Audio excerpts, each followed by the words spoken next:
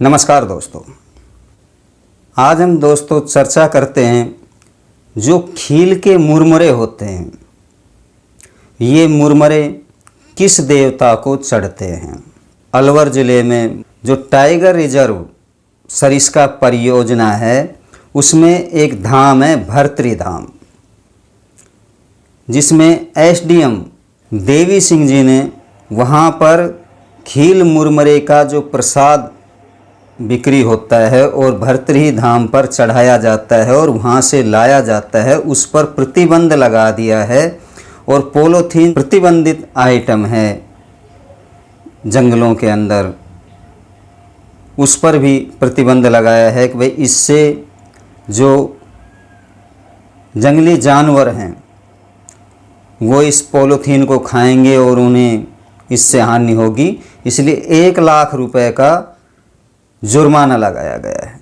ये जो खील मुरमुरे का प्रसाद है, जो धान की जो खील होती है वह धान से बनाई जाती है और जब उसे भूंदा जाता है तो वह फट जाती है, उसे धान मुरमुरे कहा जाता है, धान की खील कहा जाता है। और जो खील मुरमुरा होता है वह चावल से बनाया जाता है, जो फटता नहीं है, बिल्कुल चावल फूला हुआ लगता है, जिसे खील मुरमुरा बोला जाता है। एसडीएम देवी सिंह जी ने बताया कि ये भर्तृ महाराज को नहीं चढ़ाई जाती है। मेला प्रशासन से मैंने बात की है, यहाँ के जो पुजारी हैं उनसे भी भर्तृ के मंदिर के इतिहास के बारे में मैंने पूछा है और ये यहाँ पर भर्तृ को नहीं चढ़ाई जाती। अब सवाल ये उठता है कि जब ये नहीं चढ़ाई जाती है तो आज कलयुग में 20-25 साल से हम देख रहे हैं कि जहाँ कहीं भी आप जाओगे, चाहे चले जाओ आप केदारनाथ, बद्रीनाथ, वैष्णो देवी, जो भी, या गुड़गांव की शीतला माता पे चले जाओ, वहाँ पर भी ये खील मुरमुरे का ही प्रसाद आपको मिलेगा, जो कि धर्म भ्रष्ट प्रसाद है। ये यदि हम किसी भी देव को इस खील मुरमुरे का प्रसाद चढ़ाते हैं या बांटते हैं तो धर्म विरोधी है।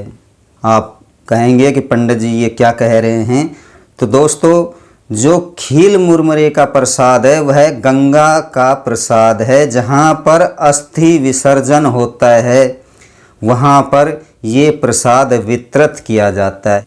ये जो खील मुरमुरे का प्रसाद है यह पितृ देवताओं का प्रसाद है, जिसे अमावस्या को बांट सकते हो या फिर गंगा के किनारे पर इसको बांटा जाता है, गंगा में प्रवाहित किया जाता है। जो पितृ संहिता है उसमें लिखा हुआ है खील मुरमुरे धान के विषय में कि कच्चा धान जो कोई खाए ताकि लक्ष्मी लुटती जाए। भगवान कृष्ण के बारे में कहा गया है ये।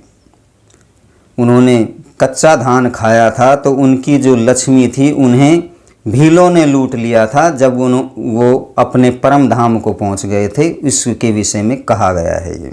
भुना धान जो हवन कराए लक्ष्मी प्रसन्न हो घर को आए, ये ब्रह्म विवाह पद्धति के विषय में से लेकर के कहा गया है।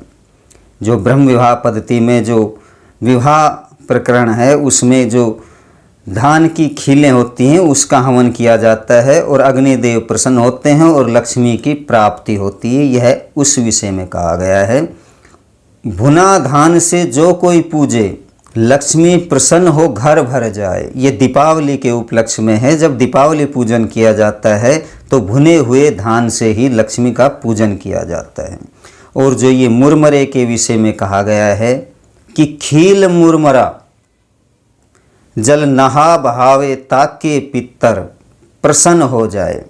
जिस भी धाम पर आप जाओगे वहाँ पर आपको मुरमुरे का प्रसाद ही मिलेगा। लोक देवता होते हैं, भर्तृ भी लोक देवता है, इसे लोकल देवता बोलते हैं। जो लोक देवता जो होते हैं वे देसी देवता होते हैं और इनके देसी ही भोग हैं।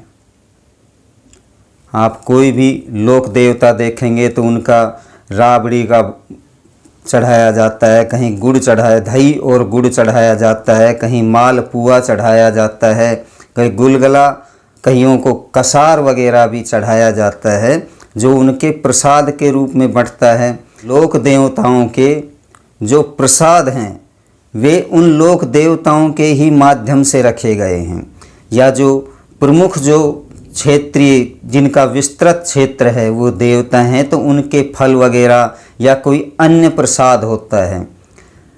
जो जमुना जी के किनारे भगवान कृष्ण के धाम है, उनमें दूध के बनाए हुए मिष्टानों का प्रसाद बंटता है, या कृष्ण के जितने भी अवतार हैं उन पर भी दूध से बने हुए प्रसाद ही बांटे जाते हैं। जो लोक देवता हैं उनके लोक रीति अनुसार प्रसाद शास्त्रों में बताए गए हैं। तो एसडीएम जो देवी सिंह जी हैं उनको बहुत बहुत धन्यवाद कि उन्होंने लोगों को धर्म भ्रष्ट होने से बचाया है। ज़्यादा नहीं, आप यदि आपकी याददाश्त अच्छी है तो आज से 30-35 साल पहले का इतिहास देख लो कि इन लोक देवताओं पर क्या चढ़ाया जाता था। भर्तृहरि जो धाम है वहाँ पर चूरमा लेकर जाया जाता था और वो चूरमा चढ़ाया जाता था, गुलगुले चढ़ाए जाते थे, मालपुआ चढ़ाया जाता था और उसी को ही बांटा जाता था। जो मखाने होते हैं जो मीठे में आते हैं उन्हें वहाँ पर चढ़ाया जाता था। मीठा तो सब देवों को पसंद है।